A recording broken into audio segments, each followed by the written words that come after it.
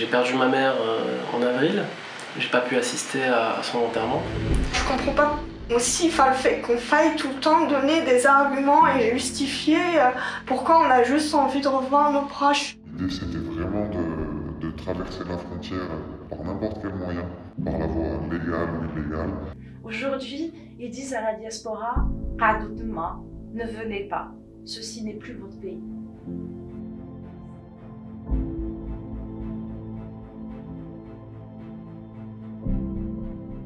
Depuis le 1er juin et après plus de 14 mois de fermeture, les vols internationaux de la compagnie Air Algérie ont repris. C'est dans un premier temps l'annonce de la réouverture des frontières aériennes a réjoui la diaspora algérienne.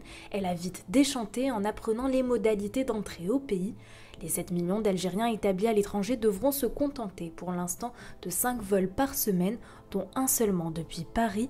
Sur décision du gouvernement, seule la compagnie Air Algérie est autorisée à proposer des vols vers le territoire algérien, et ce pour une durée encore indéterminée et sous condition.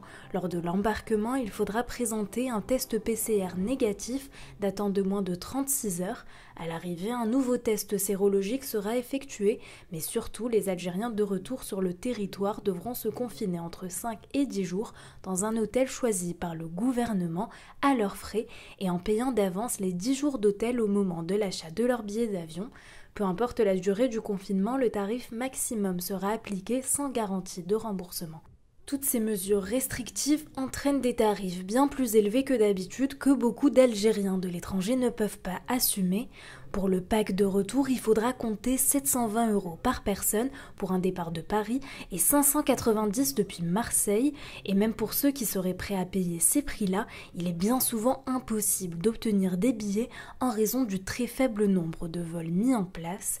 La situation a provoqué la colère des Algériens qui ont manifesté le 25 mai dernier devant les différentes agences de la compagnie aérienne Air Algérie, bien que ces locaux aient été fermés le 31 mai, ne pouvant plus faire face aux multiples demandes. Excuse mes sentiments, rends-moi ma liberté, je demande gentiment. Avec ces conditions, c'est impossible. Même si le billet était à 10 000 €, imaginons, même à 5 000 €, je ne pourrais pas y retourner parce qu'il y a un vol par semaine. On est au moins 5 millions en France, au moins. En fait, on est devenu un peu des apatrides de 2021 ou les apatrides de la pandémie. On a un pays, mais on est absolument interdit d'y retourner. J'entends pas le fait que les billets soient aussi chers, que le pack sanitaire machin soit aussi cher.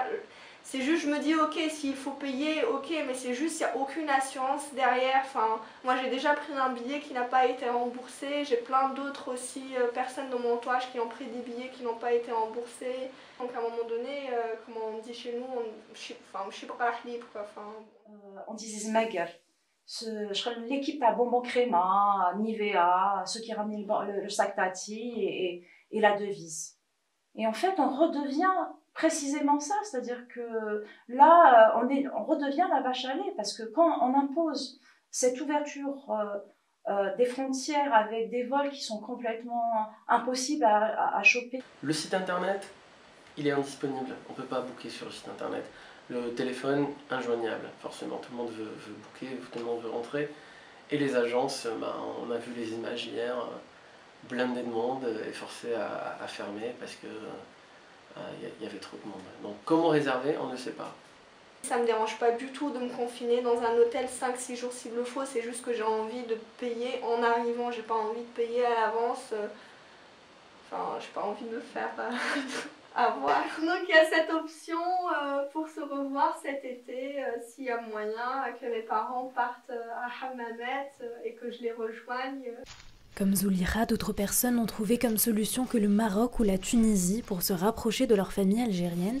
Au mois d'avril, alors que les frontières étaient fermées, des ressortissants algériens ont risqué la prison en faisant appel à des passeurs, unique solution pour entrer dans leur propre pays. Pour cet homme, le périple de 1308 km aura duré 2 jours en tout. On arrive à Tabarka, la frontière tunisienne, ne sachant pas qu'on allait traverser la montagne à pied. On s'était retrouvé avec nos bagages. Moi j'ai eu peur au début. L'objectif c'était de traverser la frontière et se retrouver de l'autre côté et d'aller me recueillir sur la tombe de ma mère. Il n'y a aucune loi qui interdit à un concitoyen de rentrer dans son propre pays.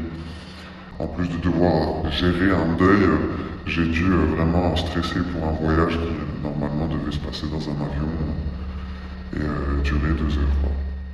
C'est pas la première fois que ce pays nous fait sentir qu'il en a rien à foutre de nous, mais là c'est un peu extrême. Ils ont rompu ce lien précieux en fait, de désir, de rêve, de construction avec le pays. Le pays n'appartient à personne, le pays appartient à tous les Algériens, et ça il faut pas l'oublier. Des excuses s'imposent à l'égard de la diaspora et des Algériens qui ont perdu des proches. C'est nécessaire. C'est pas parce qu'on n'habite plus dans le pays qu'on n'aime plus le pays et qu'on n'y a plus d'attache.